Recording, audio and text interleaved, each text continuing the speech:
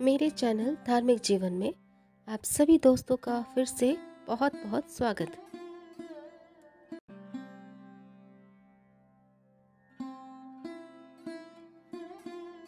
माँ दुर्गा का ही एक स्वरूप है, ब्राह्मणी माता। माँ की देह से असंख्य भ्रमर उत्पन्न हुए, जिससे अरुण नामक दैत्य का वध हुआ। इसलिए माँ का नाम हुआ ब्राह्मणी देवी।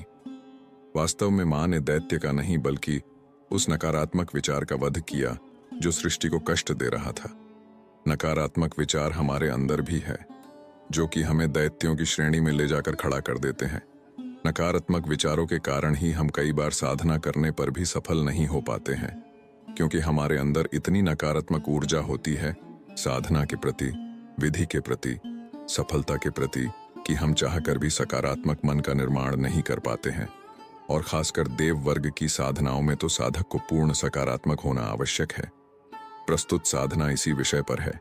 माँ भ्रामरी साधक की नकारात्मक ऊर्जा पर अपने असंख्य भ्रमरों से प्रहार करती है, या यूं कहे कि वो भ्रमर नहीं बल्कि माँ ही है जो भ्रमर रूप में साधक की नकारात्मक ऊर्जा पर प्रहार करती है और उसका नाश करती है। तब साधक देव वर्ग की साधनों में सफलता प्राप्त करता ही है। विधि साधना किसी भी कृष्ण पक्ष की अष्टमी से आरंभ की जा सकती है। ये संभव न हो तो कोई भी रविवार से करे, पर अष्टमी उत्तम है। आपका मुख दक्षिण की ओर हो, सामने बजोट पर लाल वस्त्र बिछाकर माँ का कोई भी चित्र स्थापित करे। अब सद्गुरु पूजन संपन्न कर कम से कम एक माला गुरु मंत्र करे। फिर गणेश पूजन तथा भैरव पूजन करे। अब माँ का पूजन सामान्य विधि से करे, लाल पुष्प अर्पण करे। क्योंकि ये माँ भ्रामरी की साधना है, अतः गुलाब के फूलों का रस माँ को भोग में अर्पण करे। क्योंकि भ्रमर फूलों का रस ही पीते हैं, इस साधना में माँ भी उसी रस का पान करती है।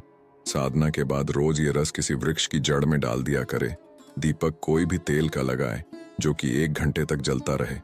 अब माँ से प्रार्थना करे कि माँ अब मेरी सभी नकारात्मक ऊर्जा को समाप्त कर दीजिए जो मुझे साधना में बाधा देती है। अब दीपक की लो पर त्राटक करते हुए निम्न मंत्र का जाप करे। इसमें माला की कोई जरूरत नहीं है, बस 1 घंटे नित्य जाप होगा और क्रम 7 दिन तक चलता रहे।